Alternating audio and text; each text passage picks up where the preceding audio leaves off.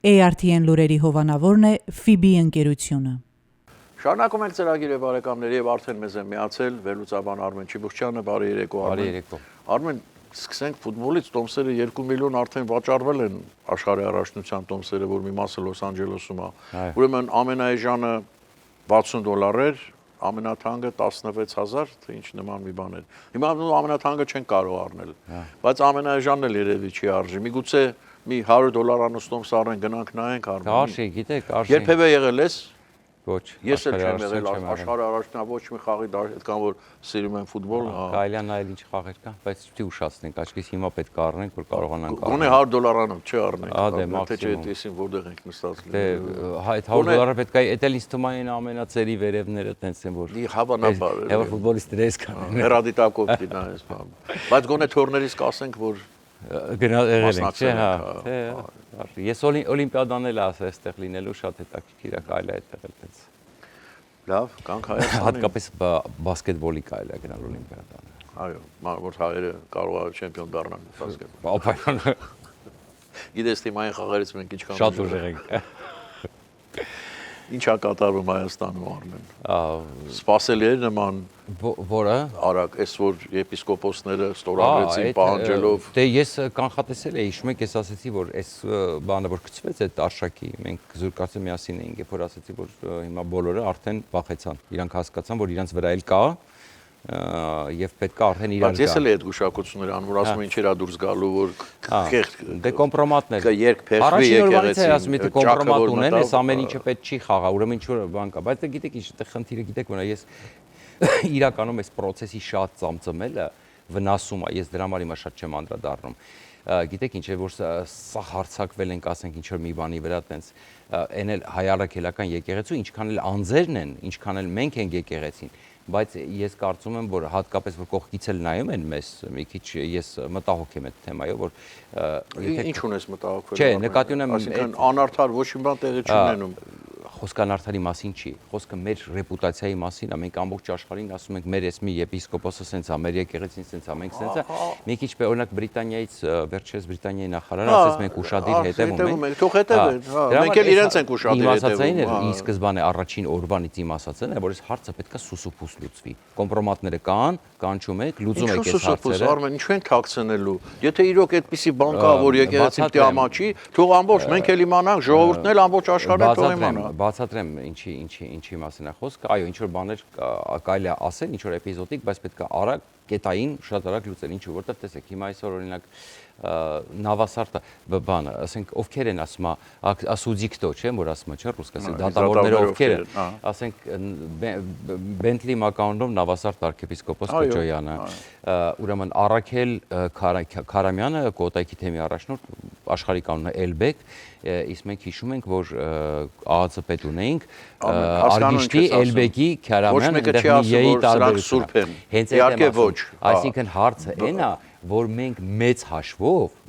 իրանք մարդ են, եթե մենք ասենք փորենք, ասենք շատ փորենք, եկեղեցուն կարող է անես պատկեր ստանանք, որ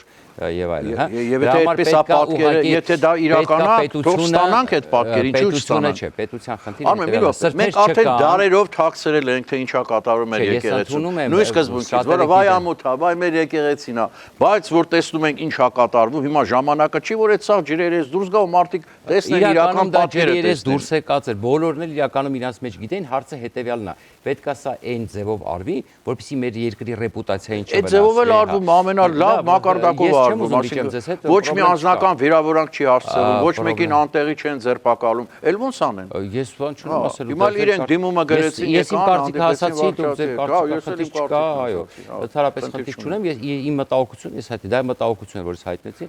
իրանք ուրեմն նկատի ունեմ, եթե ուզում եք մենք եկեղեցին մաքրենք, իմ ասած էտա, մենք հիմա տեսեք Կճոյանը գնաց առաջին բան, ինքն է մաքրողը, այսինքն այդ մարդիկ դառան աչքի լույսը, ասենք նայում ենք Բենթլի Կճոյանը, որը օֆշորային սկանդալների մեջ է, կամ ասենք, չգիտեմ, այսինքն հասկանում եք, խնդրեմը եթե լուծում ենք,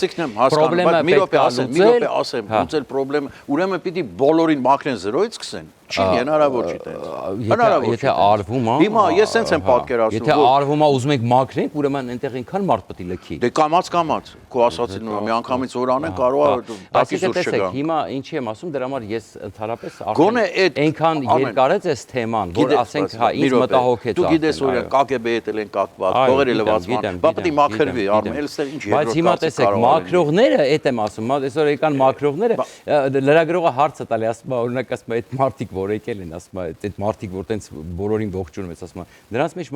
հետո հետարքիր է հայտարարության մեջ, ես էլ ասեմ, հայտարարության մեջ հատուկ նշված չէր Գարեգինի երեխայի փաստը, այլ նշված էր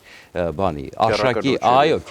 քերականոջ փաստներ նշված։ Գիտեք ինչի, որովհետև եթե երեխայի փաստը սկի դուրս բերվել, կարող է պատահի այնտեղ ընդհանրապես մարդ չմնար, էլի հասկանում եք։ Քերականից սկսվեց ամեն ինչ։ Այո, որտեղ փաստ արդեն հիմա օրինակի համար որ օրինակ հավատավոր հասարակությունը պահանջի ասի մի հատ բան արեք, DNT թեստ արեք, ասենք չգիտեմ, օրինակ սկսեն պարզել, էլ Եզրասի երեխայի մասին լուրջ բաներ կա, գիտեք չէ՞։ Ով չգիտի։ Եզրասի ընդ որում գիտեք չէ՞, տեղեկություններ կա, որ Եզրասը երեխա ունի եւ ապրում է Միացյալ Նահանգներում։ Հիմա Արաքել ուրեմն Քարամյանի մասին տեղեկություններ կա։ Դու մի քիչ զգուշ ելնեն, բայց ես ուրիշ բան էլ լսեցի, որ Արեգին երկրորդը ուզում է փախչել Ռուսաստան։ Հնարավոր է նման տարբերակն է, որտեվ ինքը հասկանում է, որ զրկվեց այդ իր անձեռնմխելությունից, իրան ինչ է այստեղ սպասում։ Սիրով կարող են կարմիր խալին գցել аэроպորտով։ Հաջողություն, բարի ճանապարհ։ Շնորհակալություն ծառայության համար։ Չէ։ Ժողովրդին ծառայելու համար։ Այսինքն ինչի համար տեսնում ես Արմեն, տեսնում ես, այո։ Ես միայն լավ բան եմ սրա մեջ տեսնում, ինչքան էլ այդ ոչ գեղեցիկ իհարկե ով չի ուզում Գրեհիկը հասկանում եք մեզ սազական չի, այսինքն այս ամեն ինչը չէ, հակառակը սազականա ժամանակն եկել է դա ոչ թե գրեհկություն անվանել, այլ ճշմարտության բացահայտում։ Լինի եկեղեցուն որտեղ ուզում է լինի։ Լավ, հիմա ես համաձայն եմ ճշմարտությունը պետքա բացահայտվի, ուղղակի տեսեք, ուզում ասեմ, սա այն process-ն է, որ պետությունը կներեք ասեմ ու ավարտենք։ Պետությունը պետքա մի ֆունկցիա կատարի, շատ արագ, էֆեկտիվ, եկեղեցին պետքա առանձնացնի, իր տեղը ցույց տա, իշխանությունները պետքա հստակ բաժանում լինեն, եւ պետքա եկեղեցին փոխել ղեկավարությունը, որ կարողանան արդեն իսկապես բաժանվի, առանձին բան լինի եւ եկեղեցին ի վերջո դառնա պետության։ Հուսով ենք, բայց ասում եմ հաջորդ ղեկավարությունը պետքա։ Բայց արդեն կտեսնենք, կապրենք։ Հիմա գովազդ կվերադառնանք ու կշարունակենք։ Հավանաբար Ուկրաինայի չեք խոսել, որտեղ լուրջ է իրոք վիճակը։ Դեռ չգիտեք, թե ինչպես կարող եք դիտել սիրված սերիալները առաջինը եւ դիտել այն որակով ու ամենուր։ Ինչպես բաժանորդագրվել Armflix հայկական էքսկլյուզիվ կինոպլատֆորմին։ Հետևեք մի քանի պարզ քայլերի եւ ստացեք հասանելիություն առաջինը դիտելու Armflix-ի բազմաժանր հայկական կինոարտադրանքը։ Քայլ առաջին. մուտք եք գործում armflix.com։ Քայլ երկրորդ. սեղմում եք բաժանորդագրվել կոճակը։ Քայլ երրորդ. ընտրում եք ձեզ համար ցանկալի բաժանորդագրման տարբերակը։ Քայլ չորրորդ. լրացնում եք քարտի տվյալները եւ գնում եք առաջ։ Իդեպ Armflix-ը կարող եք դիտել ամենուր եւ անսահմանափակ, ներբեռնելով նաեւ հավելվածը հեռախոսի եւ անմիջապես հեռուստացույցի վրա։ Դրանով իսկ կանեք ամենալավ նվերը ձեր ծնողների եւ տարեցների համար, որոնք չեն սիրում դիտել սիրված սերիալները համակարգչով։ Իսկ հեռուստացույցով սեղմելով մեկ կոճակ նրանց հասանելի է դառնում ողջ կոնտենտը։ Երիտասարդները Armflix-ի iOS եւ Android հավելվածների միջոցով կարող են դիտել դրանք ամենուր։ Իդեպ, մեկ գրանցված բաժանորդագրությամբ կարող եք դիտել բոլոր սարքերով։ Ահա եւ վերջ, դուք ստացաք հնարավորություն դիտելու հայկական ամենանոր, բազմաժանր եւ էքսկլյուզիվ ֆիլմերն ու հեռուստասերիալները մեկ հարթակում։ Դե ինչ, բարի դիտում։ Armflix, եղիր կոնտենտի տրենդի մեջ։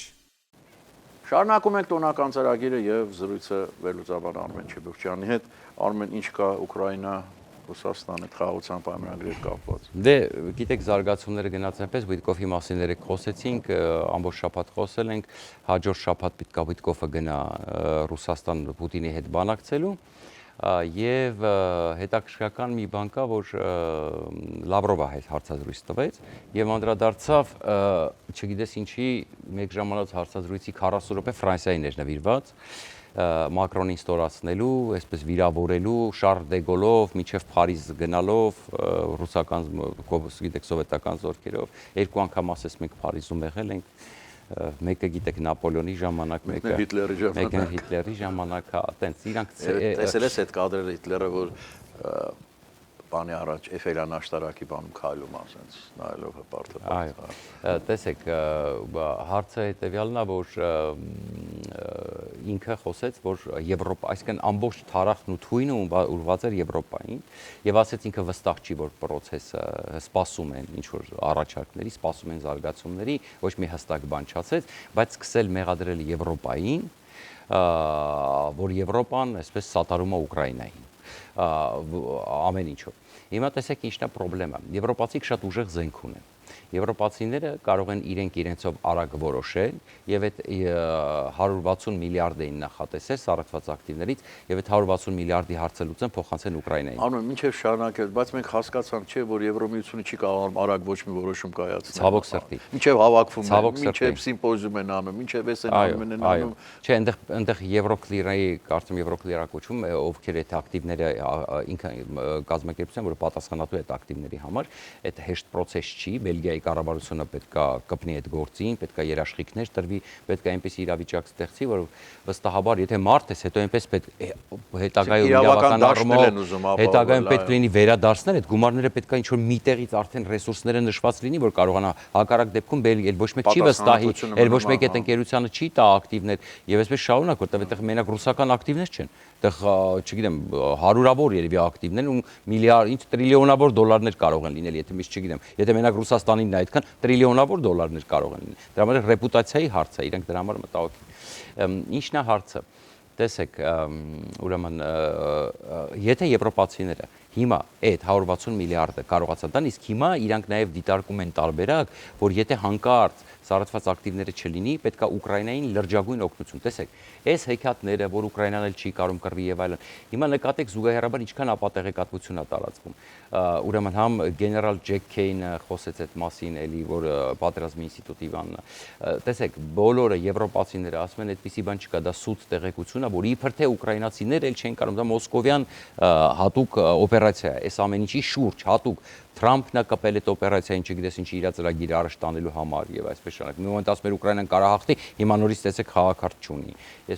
Այսինքն ամբողջ խնդիրը հետեւյալն է, հիմա փորձում են ստիպել Ուկրաինային, ենթադրենք, որ գնա ավելի շատ ու ավելի շատ զիջումների ռուսները եւ դրա համար ստեղծում են նաեւ ֆոն, դրա համար նաեւ հիբրիդային պատերազմներ օգտագործում, բայց իրականությունը հետեւյալն է, ռուսական իդեպ այնքան հետաքրքրական էր, արդեն այնքան էր կուտակվել այդ պահը եւ ռուսական դանդաղ տեղաշարժի, որտեղ քարտեզի վրա դու չես տեսնի։ Այս ամեն օր որ առաջ են գնում, եթե 22 թվականի քարտեզը դրեն, ձեզ ու 25 թվականի քարտեզը դրեն, դուք այդ գծի մեջ տարբերություն չեք տեսնի։ Սովորական մարդը աչքով չի տեսնի։ Այսինքն, եթե 22 թվականի նոյեմբերից մինչև 25 թվականը 0.1% տարածք են վերցրել, այսինքն գծով ասենք, դե պատկերացրեք։ Իհարկե, Ուկրաինայի տարածքն ահա Եվրոպայի ամենամեծ պետությունն է։ Ռուսաստանը Եվրասիա է համարվում, այսինքն ինքը մի մասը Եվրոպա է, մի մասը Ասիա է, Ռուսաստանը մաքուր Եվրոպա չի, թե մաքուր եվրոպական պետություններն են վերցնում, Ուկրաինան ամենամեծ պետությունն է, հետո Ֆրանսիան է գալիս։ Դրա համար պետք է հասկանալ, որ անգամ այս պահի դրությամբ, անգամ եթե այդ տարածքներն է զիջի, Գերմանիայից մեծ է Ուկրաինան։ Հա, բայց հարցը այդ չի։ Հա, իհարկե։ Չէ, ես ուզում ասեմ, այդ ինչի եմ ասում մեր հետևորդները, որտեղ շատերը իրենք մտածում են, որ էս այ կան, սա Ուկրաինան գրավեցին։ Անգամ Ուկրաինան Գերմանիայում շատ մարդ է ապրում, 60-70 միլիոն մարդ է ապրում եւ Գերմանիայից մեծ է տարածքով, անգամ այս վիճակով։ Դրա համար պետք է հասկանալ մի բան, որ այդ առաջ խաղացումով 103 տարի է հաշվել են պետք, որպեսզի ռուսները կարողանան գրավել Ուկրաինան։ Եթե այս նույն տեմպով գնան, պատկերացնեք 103 տարի։ Դրա համար պետք է մի բան հասկանալ, եւ իրանք չեն կարող այդքան գնալ։ Դրա համար պետք է Ուկրաինային տալ փող, որը չունի Ռուսաստանը, եւ ստիպված Լավրովը ասեց, որ այո, մենք բան չունենք, մենք այդքան խոսում են, որ մենք իբր գումար չունենք, ու չի ասում չէ չունենք։ Ինքը ասում մեր դեմը սվիսի արշավ են տանում, որ մենք դանդաղ ենք առաջ գնում, որ մենք փող չունենք, հեսա ռուսական տեսությունը կտրակի ու թարախով է խոսում եվրոպացիների մասին, որ մեզ այսպիսի բաներ են ասում, եւ ակնհայտ է, որ դա իրան կպնում է։ Եվ եթե եվրոպացիները հիմա կարողանան անգամ Թրամփին շրջանցելով հիմա կարողանան լուծեն այդքան կարող ասել ոգի ձեռք բերեն եւ այդքան կարողանան գնան դեմ ու այդ հարցը լուծեն փողը տան Ուկրաինային, Ես կարծում եմ ռազմադաշտում իրավիճակը կտրականապես կարող է փոխվել։ Ուկրաինային պետքա գումար հիմա շտաբ գումարա պետք եւ այդ մեծ գումարով բավականին շատ հարցեր կարելի է լուծել։ Եվ եթե կարողանան սառեցված ակտիվների բանով լուծել, դա կլինի փայլուն ուղղակի։ Սառեցված ակտիվներ ինչքան ես հասկացա, ի վերջո գնալու է Միացյալ Նահանգներ զենք գնելու Միացյալ Նահանգներից։ Կներեք այստեղ մի հետաքրքիր բան ունի, ասեմ, այո, եթե սառեցված ակտիվների հարցը լուծի, Ամերիկան կբորբոքվի, որտեղ իրանց խաղակարդ վերցրեցին, որ ինքը պայմանավորվի Պուտինի դեմ, բայց չէ որ այդ գնալու է Ամերիկա, Թրամփն է բիզնեսմենն է, ի վերջո ինքը ընդունելու է, որ չէ, լավ, բերեք այդ դրանով ինձնից զենք առեք։ Այս է ամբողջ պատմությունը։ Դրա համար եվրոպացիները հիմա լավ են խոսում, այո, իրանք այսօր Ուկրաինայի կողմից են, իրանք փոխեցին ի դեպ այդ պայմանագիրը, որտեղ իրանք շնորհիվ էլ նաև պայմանագիրը ասում են փոխվեց ահագին շտկվել է, 22 կետադարել մանրամասները չգիտենք, բայց որpիսի եվրոպացիների խոսքը իրոք ծանրակշիռ լինի, Մերցի, Մակրոնի, պետքա կարողանան սա անեն, որպեսզի Ռուսաստանը իրոք հասկանա ինչի այդ գործ ունի։ Եվ շնորհակալություն Արմեն։ Ես եմ շնորհակալ։ Ձեզ էլ մաղթում ենք ընտիր տոնական օր, բարեկամներ, գիտենք, որ շատերը հիմա սեղանի շուրջ եք։ Այո, ի դեպ Happy Thanksgiving, այո։ Այո, եւ շուտով մենք էլ մեր սեղաններին կնստենք այնպես, որ ձեզ լավորենք մաղթում կհանդիպենք։ Բա, ցտեսություն։ ARTN լուրերի հովանավորն է FIBI ընկերությունը։